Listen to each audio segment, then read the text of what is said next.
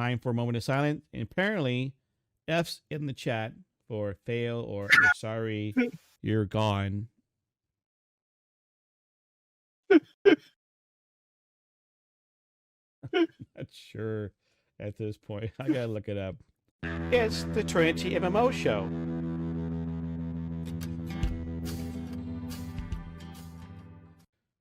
Okay. Time for some daily quests, where all your quests begin, and who better to start you on your adventure than your Trinity game masters.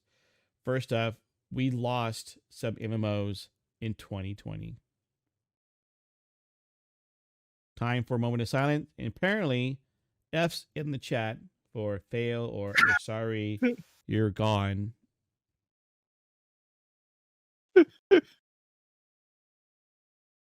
Not sure at this point. I gotta look it up. Yes, I think they are way louder than me. You're right. I think I turned them down a little bit. Okay. Oh my. Okay. Anyways, Maple Story 2, gone.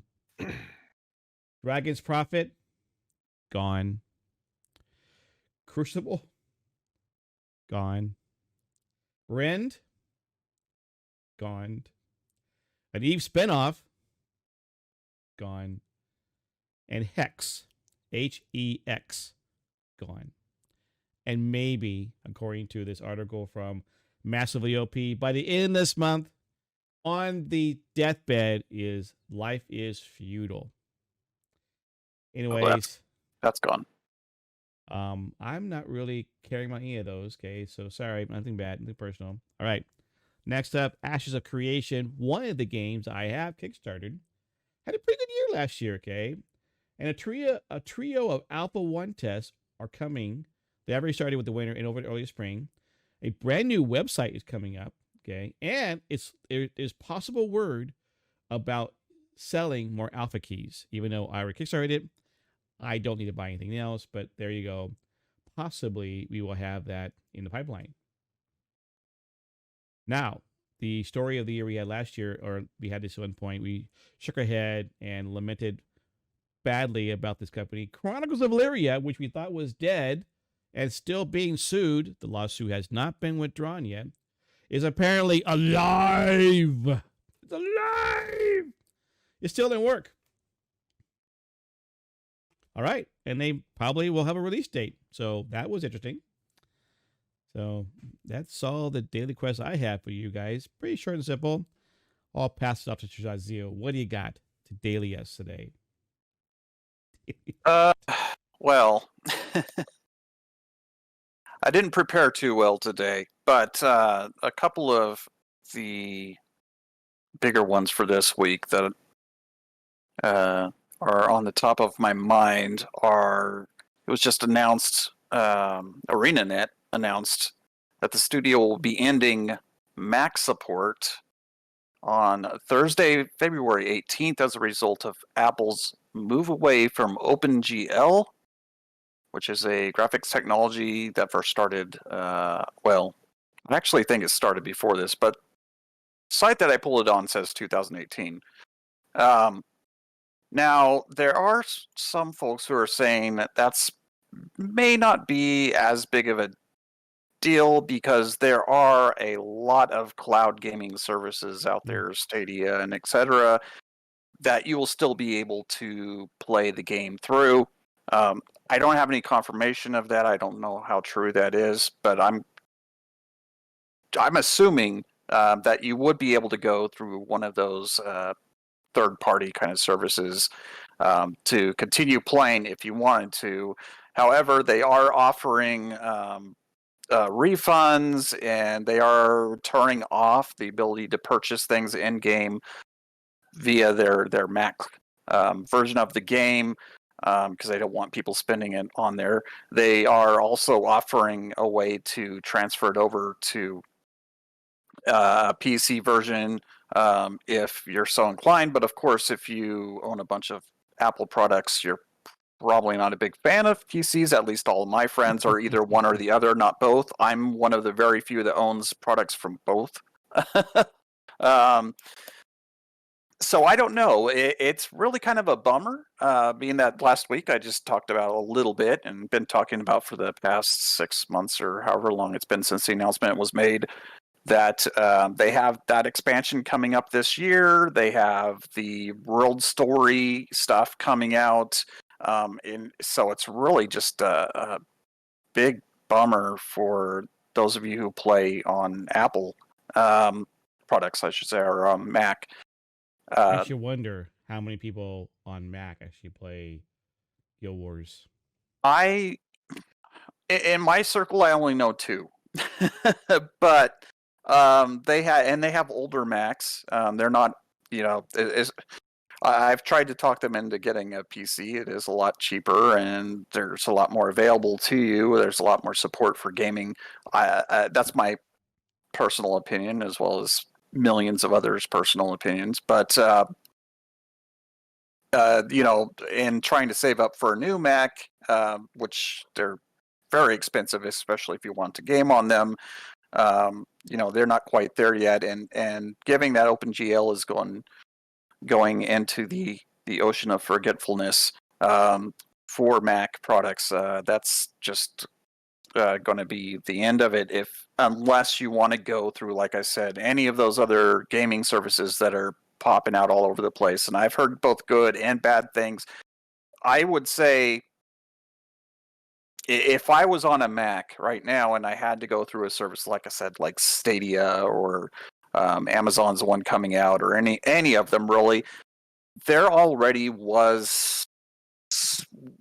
I should say, some issues, especially with PvP, with lag. And if you're going to add that cloud gaming lag on top of the already existing stuff, if you're into PvP, I would say, man, you're pretty much probably going to be done with the game and move to something else.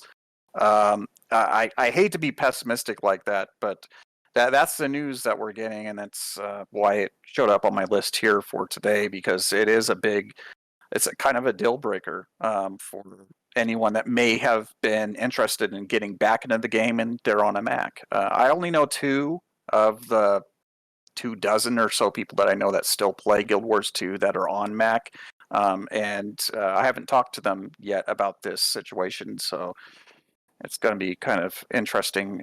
Maybe they'll finally go PC now that that's happened, but it takes money, and we're all hurting right now. A lot of people not working and whatnot because of the pandemic. So the second thing, I have seen the rumors all over the place. People are getting excited. I'm excited. Solomon's excited. Kennethan is getting kind of excited. By osmosis, he's kind of getting it off of us for Blue Protocol. There have been a lot of rumors coming out that it's definitely it's going to be in North America release this year. They've came out and said, guys, no, the release for 2021 is in Asia. North American release, including Canada and South America and all in our time zone ranges, will be the next year, so 2022. There are some people that are still wanting to believe that it'll come out around Christmas time, late this year or whatever. I would like to believe that as well. I've been looking forward. You guys all know I've been talking about it for a while now.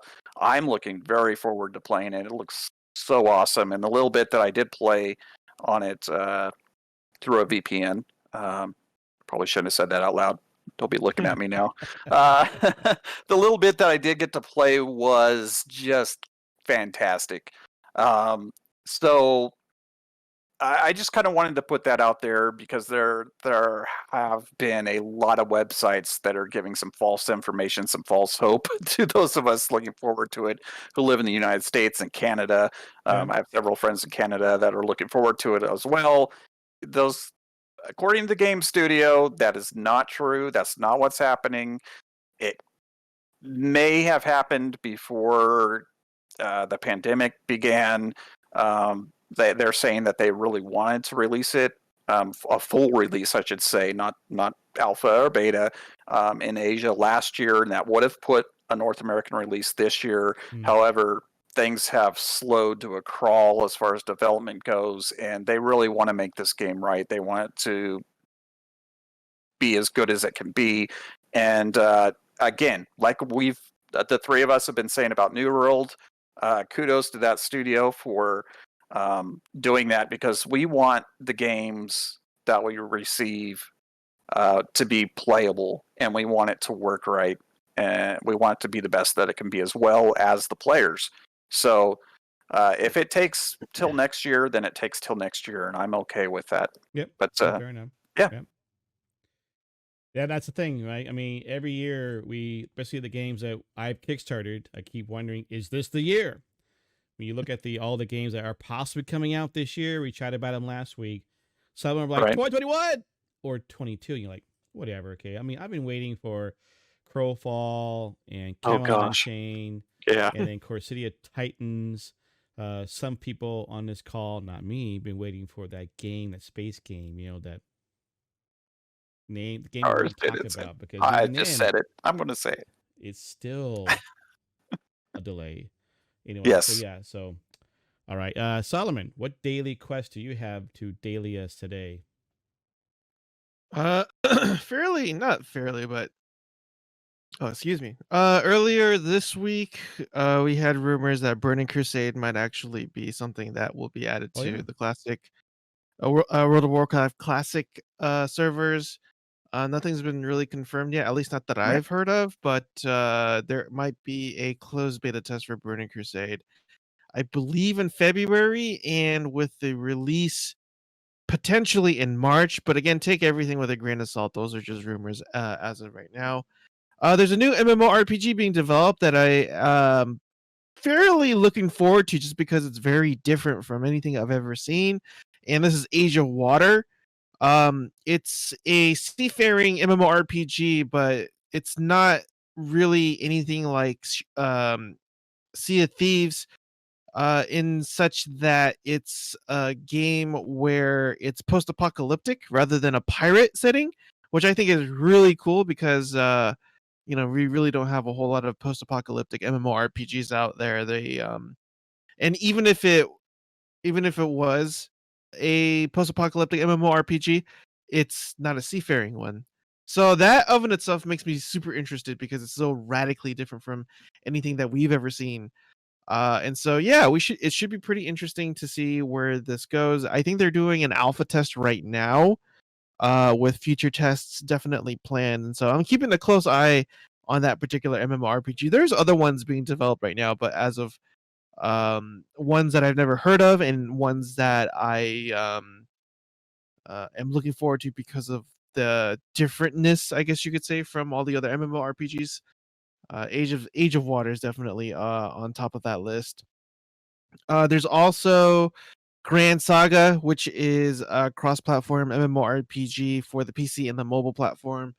That is finally being released in Korea, I believe January 28th or 23rd or 20 something, from what I can remember. Hopefully we get that in the Western Shores. And if you don't know anything about Grand Saga, it looks and plays very similarly, it seems like, to Genshin Impact. And so that's why I kind of, on my thumbnail for today's video or yesterday's video, today's video actually, I put Genshin Impact 2.0, not patch 2.0, but as in like Genshin Impact sort of style game, but online. So yeah, for those of you who massively enjoyed Genshin Impact, you got something to look forward to. If you're looking for a game such as Genshin Impact, but with more of an online twist to things. Let's see. I think that's about it in terms of really interesting stuff. Let me look at. Well, I know that folks would have heard about Age of Waters if they've watched your YouTube channel, because that's where I found out about it. I'm like, what this? I didn't know before, because I listen to the Coffee and RPG Network, where I get my MMO news. Thanks, Dad. I mean, I'm just wondering, is Kevin Costner going to be in it? Is this the Waterworld? Right? It does give you a feel of Waterworld type thing, yeah. I would be It fine does. with that. Actually, that would make a great MMO. I think it would. I think it honestly would. Yeah, I'm with you on that. Well, you know what's funny is that people were talking about this is 2021. Are we now allowed to wear the Mad Max costumes? Oh, 'Cause that movie was based in 2021. I true. had forgot about that. It is so weird to see these movies that we saw like 20, 30 years ago, and like the future, right? The future is this, right? And now we're Right. here. Like Back to the Future was 2015. You know, no, we don't have hover cars and floating skateboards, and we missed it by a year or so. The Cubs winning the World Series, but it's always interesting when, or even back to the 2001, A Space Odyssey. Not quite there yet. Anything else, Solomon? Sorry. A few things. Blade and Soul is celebrating its 5th anniversary on January 13th, and DC Universe is celebrating its 10th Right, 10 anniversary. years. Can you beat that? I thought this game went offline. To be completely honest with you, I The thought COO, I know, is still around. Yeah, that It's is not crazy to quite- me. it's not a City of Heroes knockoff or even a thing. It's different because it's definitely DC Universe. Mhm. The Marvel one got pulled offline because they could do that, I think, copyright or other issues. Finally, the final plug was pulled because apparently the people, the CEO or the leaders of the companies had some ethical issues. I forget. One last thing I wanted to mention is that the guy that did the cosplay Oh, for the right. World of Warcraft guy, Oh yeah. yeah, he passed away from COVID, He did. which I thought was really sad. So yeah, it's just a sobering thought that, Yeah. I mean, I know I mean- a lot of us probably have felt the repercussions of COVID. We probably know somebody or know of somebody who passed away from it. So yeah, definitely take care of yourself, guys. And I've yeah, been that's it for me. fortunate that I've not known anybody to pass away from it. I do know myself personally who've had COVID. So yeah, I'm sure there might be somewhere along the line people I know that I didn't think about dying of COVID. Yeah. But yeah, That's that's it. That's it. All right. Let me see if this button works for the story quest. It is time once again for the main story quest, where the Trinity Bros give you their MMO opinion. All right, it is now time for our opinions. Why is God fuzzing? What is okay? Anyways, all right. So Cyberpunk 2077 is the big story of the recent time. Now you're lost too. Why you lost? That's not a new transition. It's an old transition. What are you talking about? I've done it before. Watch. It is time once again for the main story quest, where the Trinity Bros give you their MMO opinion. It's not old. It's the main story quest. I don't know. Okay, well, anyways. All right, back again. Sorry. Take two. Cyberpunk 2077 has been the news recently. It was not on any of the award shows because it was kind of too new when it came out, especially the Game Award show that we watched. But Cyberpunk 2077 has had some issues, okay? I think mainly in the realm of the older platforms, PlayStation 4 and Xbox One, not necessarily on the PC or Xbox Series X or PS5. People are pissed, okay, and they want their money back. So there's an article that came out that we generally talked about this morning or yesterday morning on the Hear Me Out show. Was people were like questioning whether or not pre-orders should just die now, or pre-orders are dead, or maybe this will make you think secondly or thirdly about ever pre-ordering again. So I thought, why not ask the question here, okay? Because also we've also done Kickstarters, like that one game we won't mention that I did not kickstart, but my buddies here have, as well as other games I have Kickstarted that have been years along. Okay, so that now we are into the officially into the second decade of the 2000s. Is it time to stop tossing money into a hole? I've had this chat with my other son. I don't want to say my son because then Solomon gets all mad because I didn't mention him either.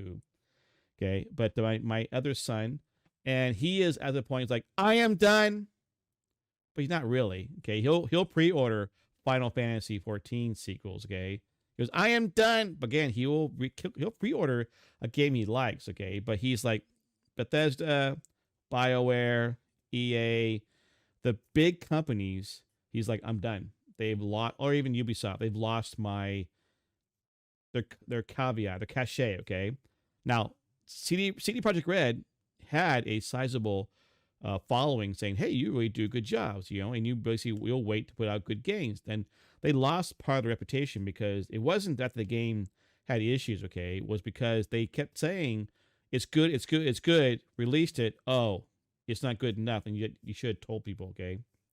Game So though. anyway, huh? It's a good game. A+ in my book. So I wanted to. So for me, I'm gonna set my opinion first. Okay, is the fact that I think that in the end we're not going to be done with kickstarting or pre-orders. Kickstarters have evolved over time. People are a little more reluctant. I think they want to put something behind it, but they're also still willing to put something behind it. It's like, $30-$40. What's the big deal? No big deal. Okay, if I can help a company out, I almost feel like you're helping you're helping me part of the process. And I think if you found a game you really wanted and you wanted to play it, and if you're someone who likes to have the cosmetics and or the extra stuff, you'll do it anyways. I really don't see it going away. I still see it's going to be part of the process. I know that in the old days, pre-ordering was much more based around actually going out and getting a physical copy of a game. So therefore, you want to have it in your hands so you can go home. I mean, I think SirJahzeal mentioned that he actually went to another store at midnight to pick up his WoW game and come home in time to play it. Okay, because that was back in the day. Nowadays, only thing you're getting is cosmetics. So since I mentioned you, SirJahzeal, let's toss it to you. Boop. What are your thoughts? Are we still with the pre-order Kickstarter world, or is it done? Are you over it? Well, I've got a couple of different things run through my mind. And one of them is that the buyer does need to be aware, but there should be consumer protections, honestly. There needs to be more protections for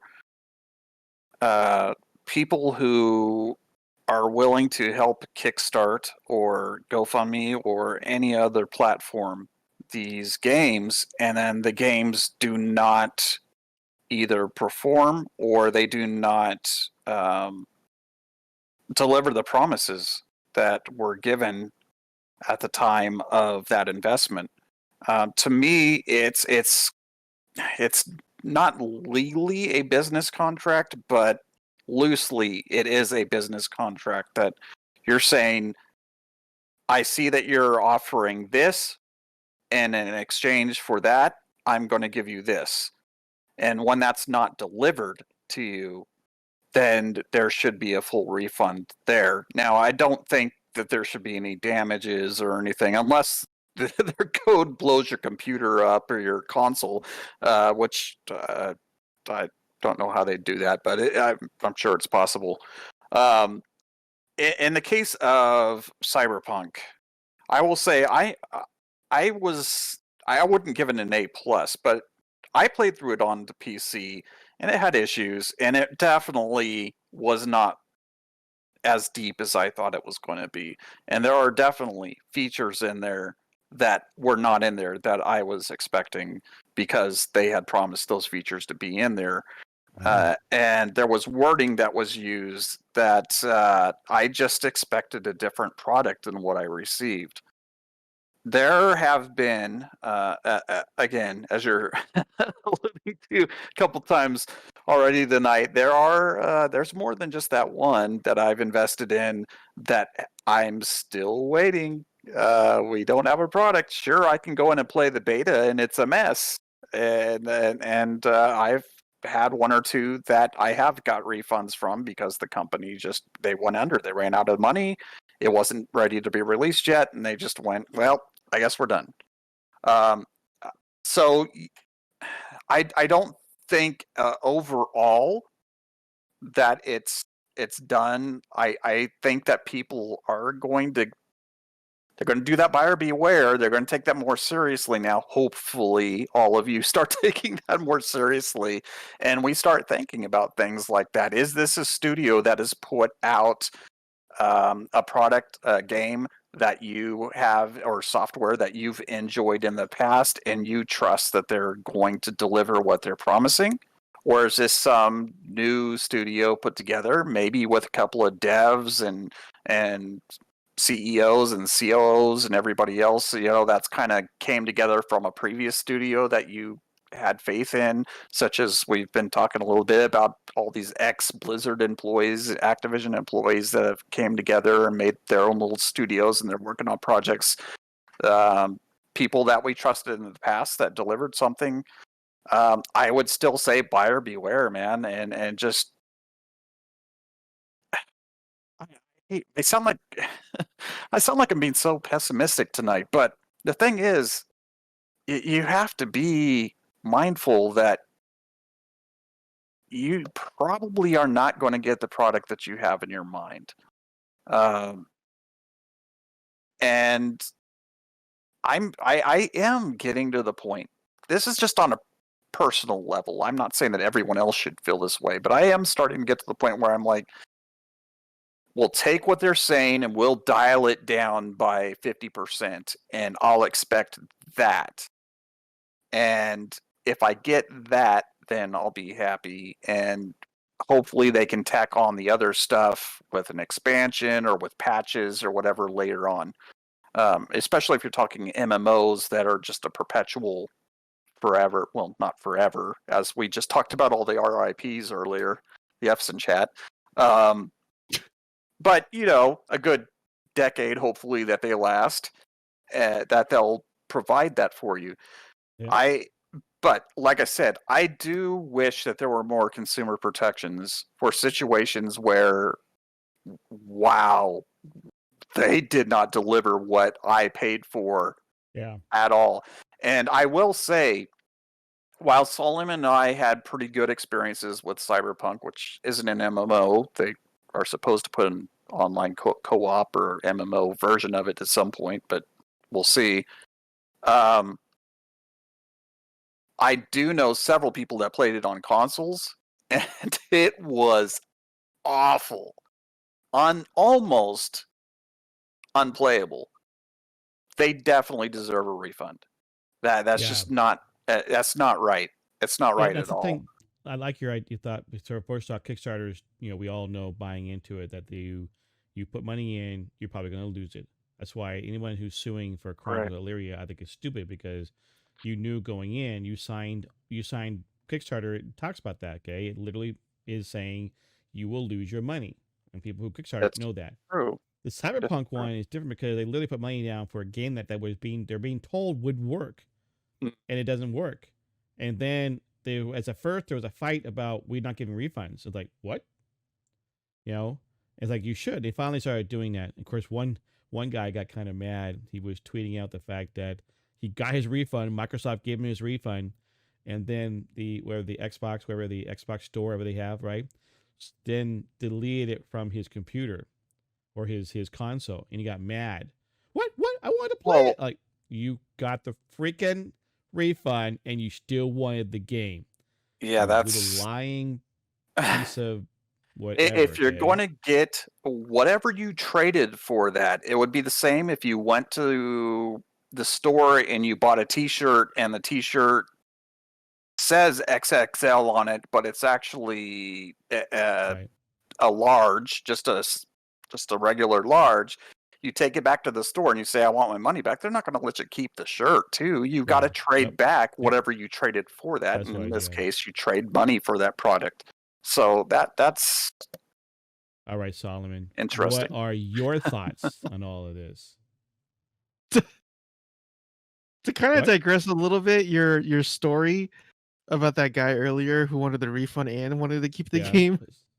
There was a story that I heard where a streamer, I forgot his name, but he held like a contest where you get a free copy of any game of your choice, and the person wanted a copy of Cyberpunk, and this was like months ago, like months before the game was released, and the game finally released, and then the guy who won contacted the guy the streamer who did the contest. He's like, you know what, I don't want this game anymore.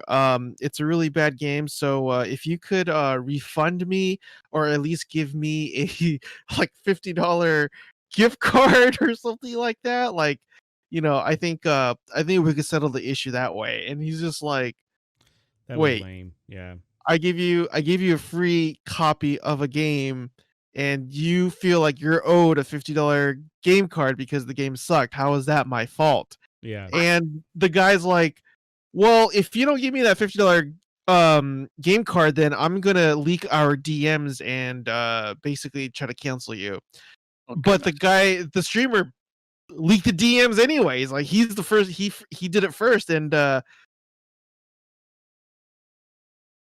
everybody's lame. I know. That's so yeah. too many people feel entitled. That's a totally different topic. Oh yeah, that was but that that's was a pretty simpler. bad entitlement. People who get mad about the game being bad and they want something, whatever. Okay. I had a good laugh when I read that. Anyways, in terms of pre-orders, my opinion of pre-orders kind of shift over the years. I used to pre-order a lot, like 10 years ago. I was an avid collector of just games in general, especially physical copies. Like, I still am.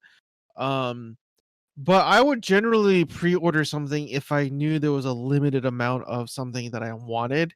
And I come at it more so in, like, I wouldn't say archaeological point of view, but like, oh crap, like, this could be worth a lot of money, like, 5, 10, 20 years down the line or something like that. So, um, I generally agree with the pre-order, I don't know what you would call it, epidemic, I guess, to kind of put it euphemistically.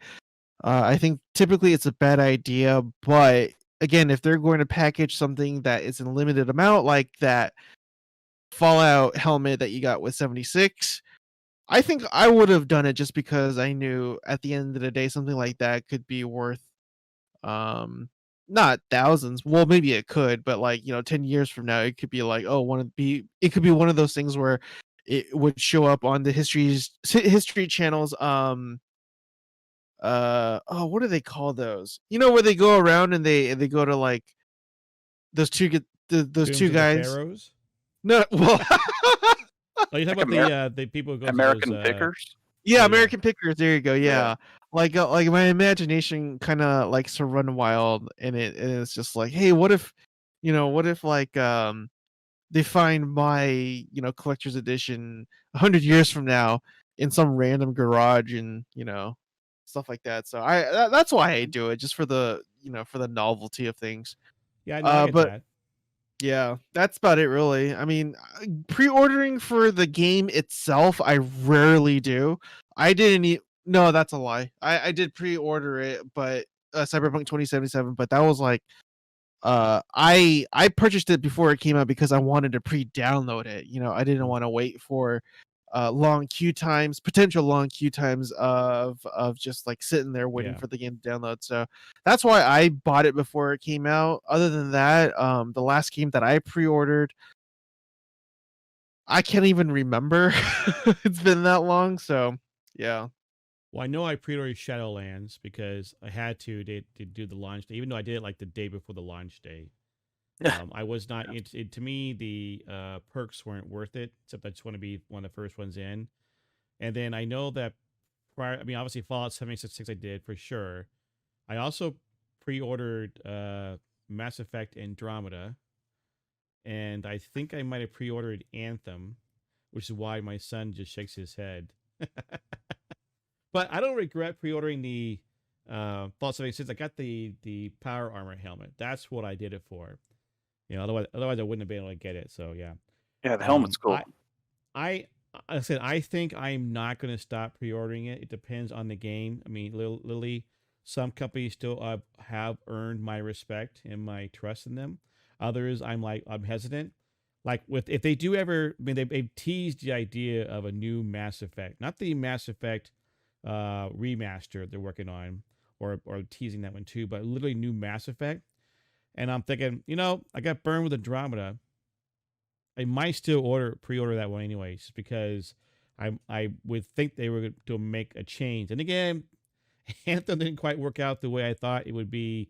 Like, hey, they learned the lessons from other games, and so they won't make them for Anthem. So, anyways, anybody in chat or anybody in watching these videos, let us know what you think. Comment below. We would love to hear your responses on this stuff and see what you do. Do you kickstart? Do you pre-order? Or have you sworn them off now? You got burned too many times. You were left at the altar one too many times, and you're like, nope, I'm not getting married ever again. All right. Next up is this. Walk with us as we escort you to safety, experience, and the adventure of a lifetime. When you watch this video on Solomon's channel, those gaps, on my channel, there are actually some music and some audio there, but when Solomon's videos, they're like just gaps, and I feel kind of bad, but yeah, it's fine. I generally find most of them, but it is what it is. Anyways, now comes our Escort Quest, because we are wanting very much always to lead you to safety, experience, and the adventure of a lifetime, which leads you to player guides. I don't know why it came to my mind. I thought about this because I did back in the day buy player guides, and player guides, of course, back then were because there wasn't really an internet. I mean, I was reading Sid Meier's memoirs, and he reminded me that it was in '94 that one of the game developers who went to England for like 9 months, his wife was over there, got a scholarship, and he was working on a new game, which have to become Civilization 2, and they needed to stay in touch with him because they didn't really have an opportunity. So he mentioned Prodigy, 1994. I had Prodigy before AOL. I didn't have CompuServe, but I had Prodigy. So, but back in the day, there wasn't like a lot of things online. You can go research it. There weren't even a lot of videos to watch. I mean, I got to know who, oh my gosh, well, he's now a Blizzard community manager with the kind of fuzzy hair. He used to make all those videos. He was in a raid team that made videos about the bosses and lore. That's it, lore. Oh. Anyways, Okay. yeah, I love those videos. I learned a lot from them. But anyways, I thought I'd put out there, okay? Do player guides and or other things you see online, do they take away the fun of learning? Or are they an excellent supplement to the game? Or, I don't care. Solomon, what are your thoughts on player guides and just the general help you get on playing the game? Oh man. It depends.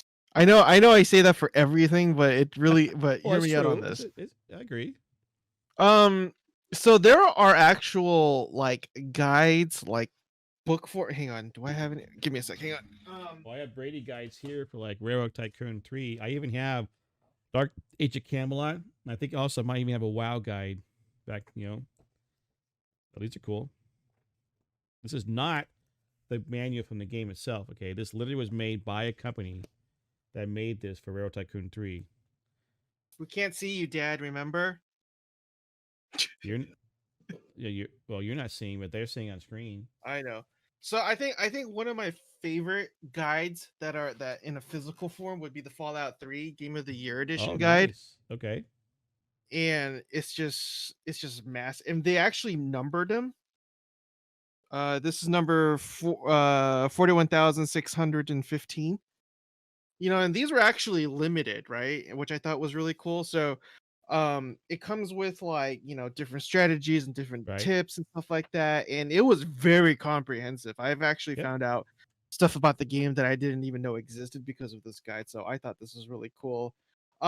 So yeah, when it comes to like this sort of stuff, yeah, I think it actually really enhances the game's experience, just because like they done it in a way such that it just fits with the lore almost. Yeah. So there's that. So there's that one aspect of guides, if you will. Another aspect is oh man, back in the day when I was in like high school, gamefacts.com was like a huge thing because that's where you would actually find Oh, guides to all sorts of games. Like even people would, cheat codes, if I recall, too. yeah, cheat codes and stuff too. Yeah, and people would literally, I guess, in their spare time, write guides in a document form, like Yep. probably bigger than Oh, this yeah. book, Yeah, right? it was And a you could document form. I remember download that. it.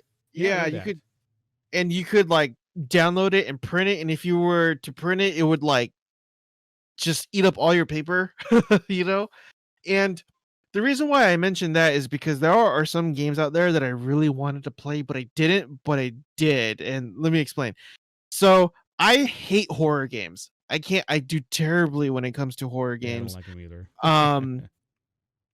I could get away with zombies because zombies are tangible, tangible threats that you could, shoot in the head. But like ghosts and supernatural stuff, I can't do. But I really wanted to play Silent Hill. Mm. Like there was something about the game that looked really exciting, but I just didn't want to play it, but I did. And so I remember going to my high school, and secretly, without anyone knowing, or they probably know now, printing out the guide for Silent Hill, and it was literally like this thick. I ate up so much ink and paper, and I needed that guide to kind of hold my hand because it would tell me what to do, when to do it. There's like limited resources. I believe it was Silent Hill The Room, and there was like you're limited to these silver swords or whatever swords. There's like 2 and 3 in the entire game, and if you actually use the sword on particular bosses, it would prevent them from showing up ever again because some of them would hunt you constantly, sort of like Nemesis from Resident Evil 3. And so when I play it, I would just read through it along with it. It's just so that I wouldn't get scared. Okay. And so in that case, I was definitely blessed to have that guide because there's no way I would have played Silent Hill or any of those type of games if I had not had those guides. And I'm really glad that I had those guides because then now I could say I had that experience of playing Silent Yeah. Hill and be able to share that with you and just connect with people who have. Thirdly, can it ruin the experience? I think that depends too, just because I know a lot of people out there that just want the quick and easy and just want to get it over with, and that's fine. um I can't really think of an instance where you're playing a game and you're just so tempted to play or look at a guide or understand how to play it so much so that it becomes like this gnawing temptation or whatever you want to call it. Like I can't think of a circumstances where that actually is a thing in any event. So yeah, I guess there's only really 2 for me in that book. So book, get it? I said book. Yeah. Uh What's interesting is the fact that back in the day, again, right? So I went to my old games here, right? I mean, I have the old original King's Quest games. My wife loved the King's Quest games because they were actually adventure, but they were puzzles too. And I remember I wasn't oh. that much into those kind of games as much as I was like into building games like Railroad Tycoon or Civilization. And so I remember you couldn't really find a guide. You had to actually figure it out. So you're much more, but you also probably played the game in a much more deeper way and probably took you longer to play it too. So that's why I was thinking like the fact that, player guides are definitely helpful. I think if you use it as a cheat code, I mean, we all know that happens. Okay. Then you're ruining the experience. Okay. You're ruining what the devs are trying to do. If you're using it as a supplement to help you get through some things, if you're literally stuck somewhere and you just can't seem to get it, it's just not working. Then Yeah. yeah, I think it helps. Okay. When you follow it verbatim, then what have you done? You're not playing the game. You're just following a guide. So I think it's a useful tool. I'm not mad about it. I think it depends. Like you said, it depends. What's interesting is that again, reading Sid Meier's memoirs, when he finally got a chance to test out Civilization 2, remember somebody else actually did the actual coding and the work on it and redeveloping it. He just kind of helped out, guided his name because he kind of did enough work to help out. He didn't do any of the coding.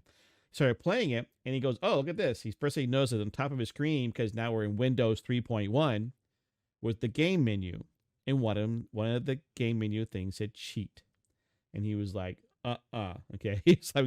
He was against that idea, but it wasn't about cheating. It was about modifying certain things that you could make the game little to your way. And what he found out was that opened the door to modding. And that's what we all know about for all the games Civilization following. Mods have been, I remember now thinking about the fact that I downloaded several mods. I think it was Civ 3, just trying different things. The community was just enamored with it. So I find it interesting. Remember God Mode Activate when we first created the name, people my age, God Mode means cheat code. But younger generations, like, God Mode, just like that's just another mode. It's just I can just turn everything off and just do what I want. It's like just a way of playing the game. It's not. I'm not really intending on winning the game that direction, because I'm not cheating. I'm just playing the game in a different way. Versus those who actually went on the like you mentioned, those websites and find the cheat codes. If you type in XYZ32973 somewhere, and then all of a sudden you get faster. I don't know. That's why speedrunners are rather cool, because they're playing the game with the broken holes. Don't get me wrong. I get the fact, okay, but that is the game. Even with the holes in the game, it's still the game. All right. So again, once you guys here in chat or in YouTube, whatever it is, let us know what your thoughts are. Player guides, good, bad, or meh. Don't want to bother with them. So SirJahzeal, okay, you've heard from me and Solomon. What are your thoughts on player guides? I bought quite a few of them back in the 90s. It seems like the only one that I bought after that was in 2004 for World of Warcraft. And that was more as a collector for the art and the lore that was included in it. And it's true. and kind of to get a good, know which... although, as I recall, the manual didn't really give too many details as to what's the best race class combination, things like that. But it was just really more for collecting it. I wish I would have had more time. I would have gone and grabbed some of them to show off as well. But mine was more, as far as games in the 90s, the single player stuff. Was usually after I had already completed it. And I've always been, whether it's my OCD or whatever you want to blame it on, I always love the challenge of trying to 100% a game. And every once in a while, I would run into a game that I just couldn't figure out where that thing was that I was missing to do that. And, the game stores would really frown upon you going into their store and reading the book in the back corner and trying to, Yeah. And we didn't have these fancy phones back then to take pictures of the page that we needed or anything, or internet. I didn't have internet till January or February of 1994, I think it was, when I first got internet. So yeah, it was more about my second playthrough and trying to 100% the game, and I had no problem with that. I still had fun playing the game. I still had fun making that accomplishment, even though I needed a little bit of help. And usually it would turn out it was something that was just like slap my forehead, kind of like, oh, of course Yeah, I I didn't know. go, Yeah. Oh yeah, Why well, didn't I search? Of course, I should have searched that pile. Why didn't I? right, exactly, or go down that corridor, that I thought was a dead end or whatever.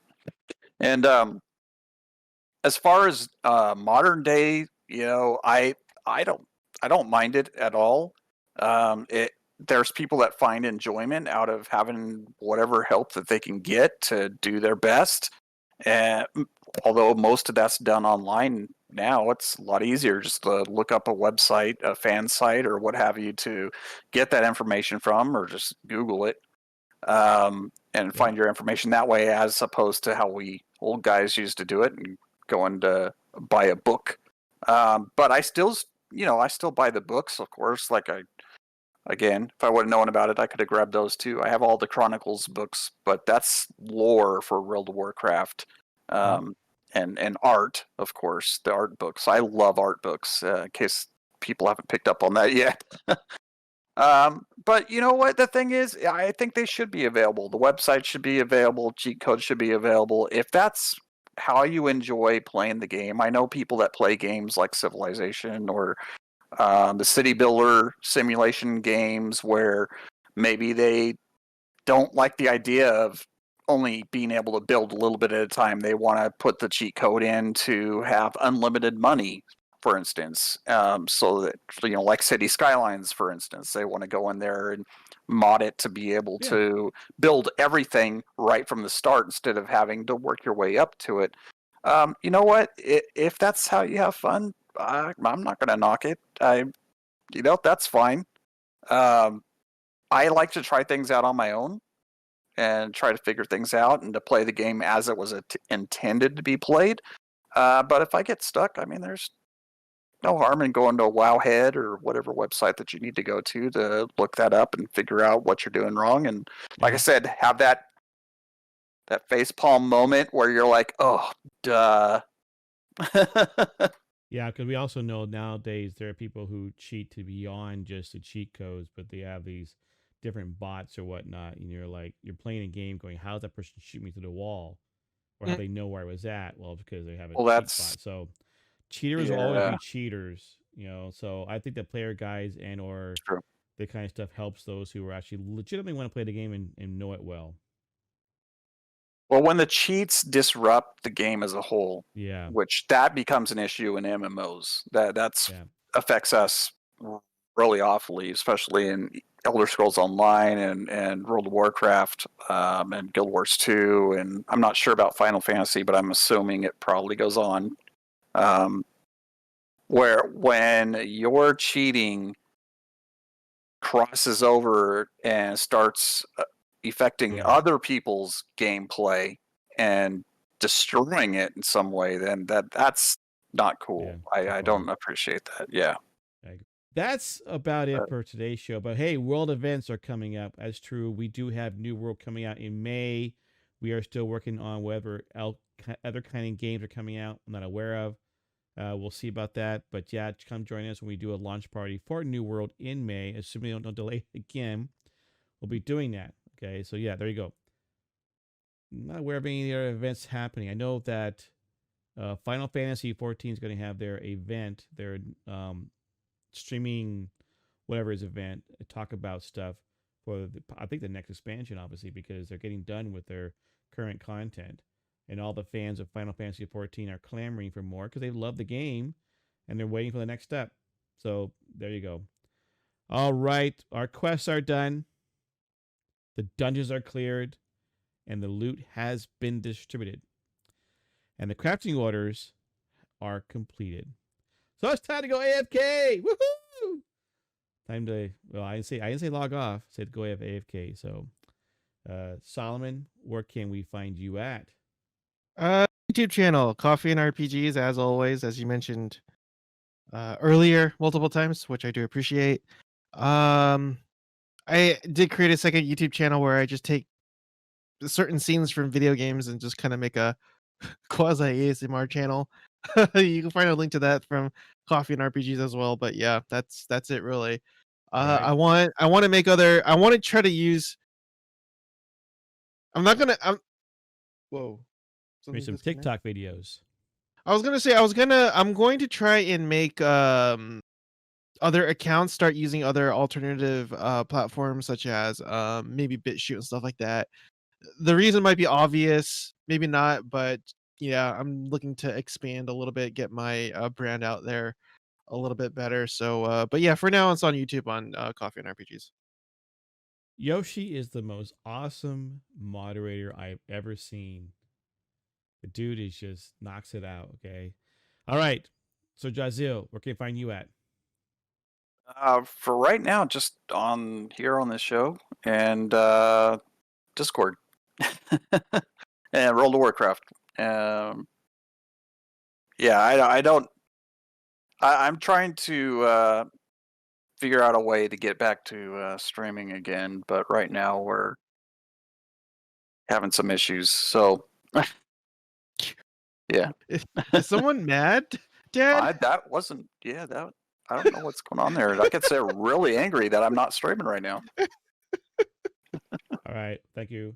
And as always, there's me on this channel on the twitch.tv Kennethan. You also can find me on Twitters as long as we're still there before I get kicked off to Kennethan Live.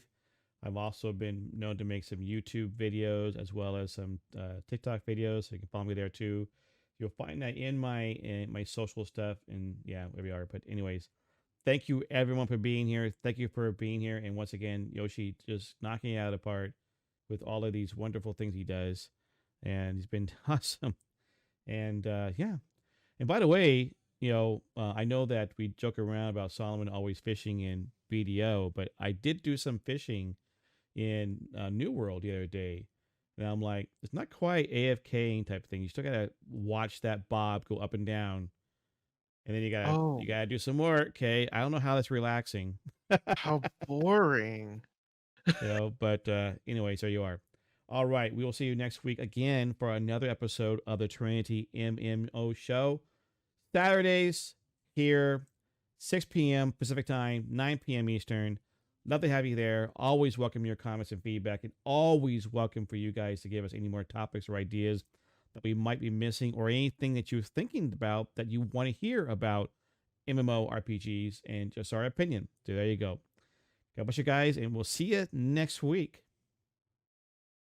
Check out the further adventures of Kennethan by liking and subscribing and watching me live on twitch.tv/Kennethan.